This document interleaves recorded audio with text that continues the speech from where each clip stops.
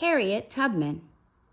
The author of this book is JaNay Brown Wood, and the illustrator is Robert Paul Jr. This book is a true story. It's called a biography. A biography is a true story about a person that actually lived.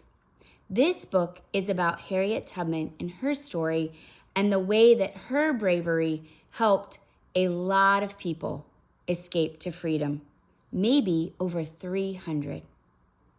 Even though there are pictures that are drawn and illustrated and not actual photographs, this is a true story. JaNay retells the story of what Harriet did in her lifetime, and then Robert drew pictures to go along with that story.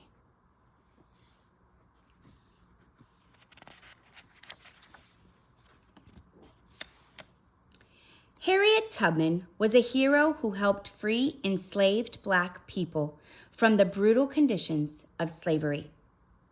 Harriet Tubman's birth name was Araminta Minty Ross. She was born in Dorchester County, Maryland, to her loving parents, Harriet Rit Green and Ben Ross.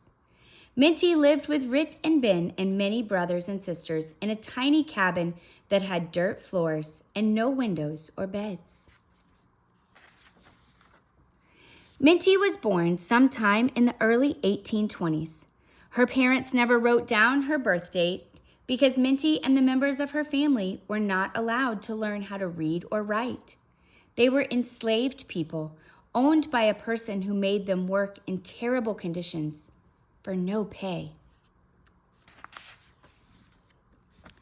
During Minty's early life, slavery existed in the United States, especially in the southern states.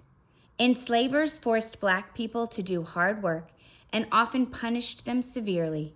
Enslavers even sold Black people to other enslavers, making it impossible for family members to see each other again.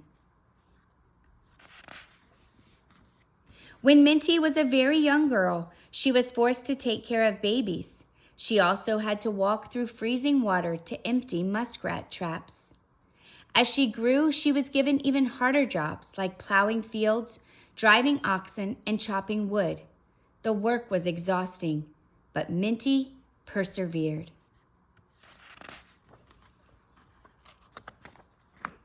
When Minty was a young woman, she met a man named John Tubman and married him. Minty soon learned that she would be separated from John and her family and sold to an enslaver farther south from where she lived.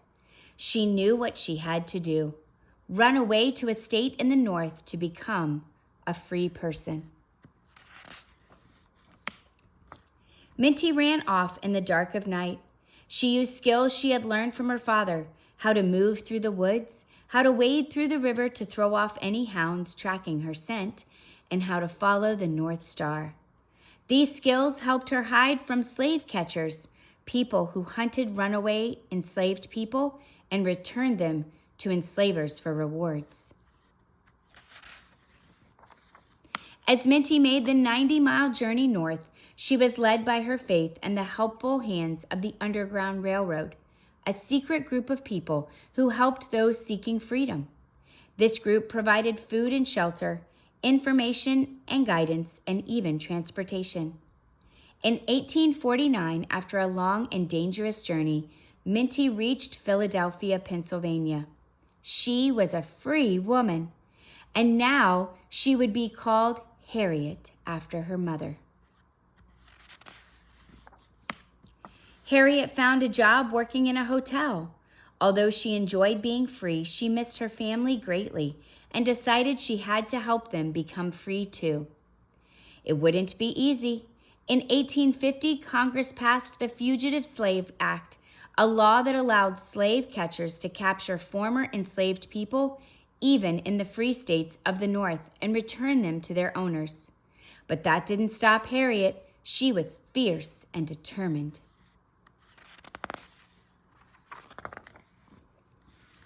Harriet became a conductor on the Underground Railroad. She guided others in navigating many miles of trails, woods, and rivers to freedom. She traveled back to Maryland to rescue her brothers and led them all the way to Canada, where the Fugitive Slave Act could not be enforced. Harriet rescued people over and over, bringing her parents and more of her family members and other enslaved people to the North to be free.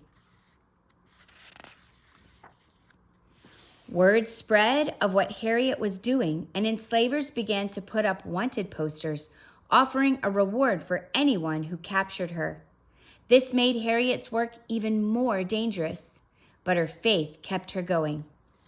Wanted, Harriet Moses Tubman, wanted for stealing slaves, reward $40,000. Not only did Harriet make many trips to rescue enslaved people, but she also gave speeches about the cruelty of slavery. Despite having never learned how to read or write, Harriet's fame grew, as did the respect that people felt for her. In 1861, the Civil War broke out. Harriet was asked to help the Northern Union Army defeat the Southern Confederate Army. She worked as a scout to recruit black soldiers, a nurse to help the wounded, a spy to get information, and even a battle commander.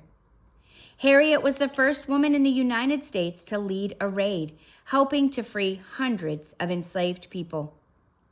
In 1865, the Union Army won the war.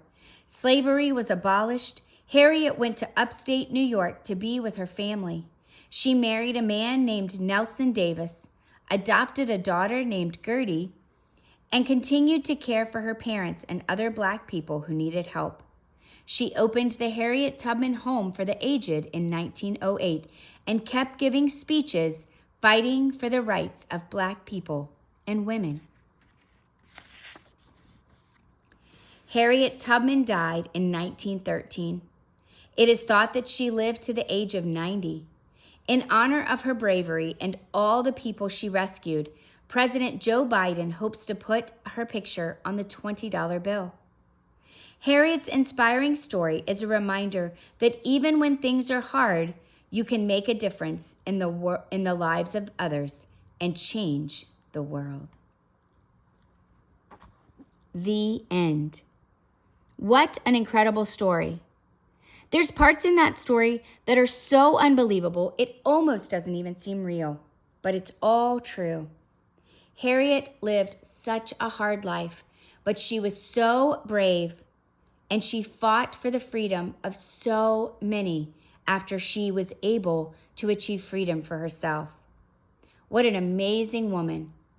I'm so grateful for her courage and for the things that she did for so many others, not just for herself. Thanks for watching. If you love this book and want a copy of your very own, you can get one at the link below. If you had fun reading along with me, please like this video. And don't forget to subscribe to my channel and check out all the other videos where I read books aloud just for you. I hope I'll see you guys soon and you'll come back and read with me again next time. Bye!